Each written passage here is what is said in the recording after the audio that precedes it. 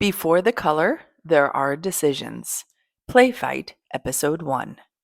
Have you ever noticed that people almost always ask about the color first?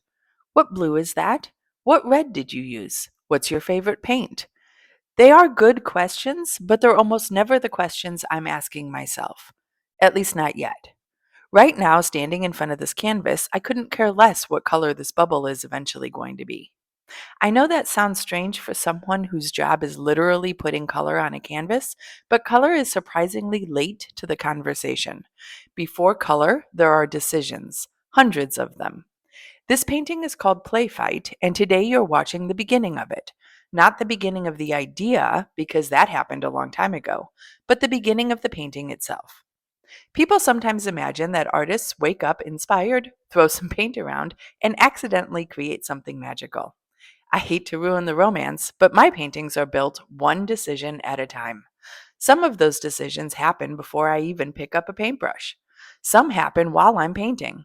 And some happen because the painting argues with me. Believe me, paintings argue, sometimes politely, sometimes not. This one is still being surprisingly cooperative, although I don't entirely trust it yet. I've learned that paintings have a funny way of pretending everything is fine until you're about 80% finished. Then suddenly they decide to reveal every bad decision you've been making for the last month. So today I'm trying to stay ahead of that conversation. One of the things I love most about the underpainting is that it's honest. Brown paint has no interest in impressing anyone. There's nowhere to hide, no beautiful colors, no dramatic highlights, no tricks. If something isn't working now, it's definitely not going to work later. That's actually comforting. It means I can solve the real problems while the painting is still flexible. Right now, I'm thinking almost entirely about relationships, not individual objects, relationships. How one shape leans into another, how one value pushes another forward, how one edge whispers while another one practically shouts. I think that's true outside of painting too. Nothing really exists by itself. Everything makes sense because of what surrounds it. A bright highlight isn't bright because it's white. It's bright because something next to it isn't. The same goes for movement. People often ask how you create movement in a still painting. The funny answer is you don't move the paint, you move the viewer. Your eye is constantly making little decisions about where to go next. That's what I'm trying to choreograph. It's almost like directing traffic, except nobody realizes they're being directed. Hopefully, anyway. If they notice me waving little orange construction flags around the composition, I've probably overdone it. The bubbles in this painting are a good example. Someone might look at them later and think they're decorative. They're not. They're visual connectors. They're little pauses in the rhythm. They keep your eye traveling instead of escaping out the edge of the canvas. Even the background isn't really background. I've never liked that word anyway. It makes it sound unimportant. Nothing on this canvas is just filling space. Everything has a job. Sometimes a very quiet job, but a job nonetheless. One of the reasons I enjoy painting this way is because every stage asks a different question. Today, the question isn't, is this beautiful? Honestly, I think that's the wrong question almost all of the time. Today's question is, does this make the next decision easier? That's a much better question because paintings aren't built all at once. They're built one good decision at a time, and occasionally one terrible decision that teaches you something useful. And I've made plenty of those. Actually, I suspect there are still a few hiding in this painting. We'll find them together. If you've seen my finished work before, you know it often feels loose, energetic, maybe even spontaneous. People sometimes assume that means I'm painting instinctively. Instinct absolutely matters, but instinct grows out of preparation.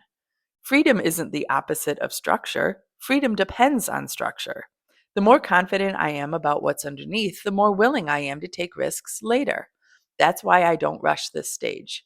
It's doing much more than establishing values.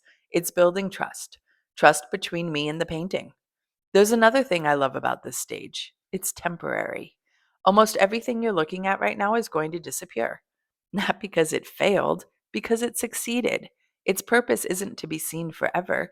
Its purpose is to support everything that comes after it. I think there's something really beautiful about that. Some of the most important work we do, whether in painting or in life, is invisible by the time the story is finished. That's true here, too. As the series continues, you'll watch color arrive, you'll watch decisions change, you'll probably watch me repaint things I was convinced were finished. That's all part of the process. I don't want this series to be about pretending artists always know exactly what they're doing, because we don't. What we do is learn how to ask better questions and hopefully make better decisions, one brushstroke at a time. So, thank you for joining me at the beginning of Play Fight. We're only getting started. In the next episode, color, my favorite part, finally enters the conversation. And once that happens, this painting starts becoming something I never could have predicted on day one. See you then.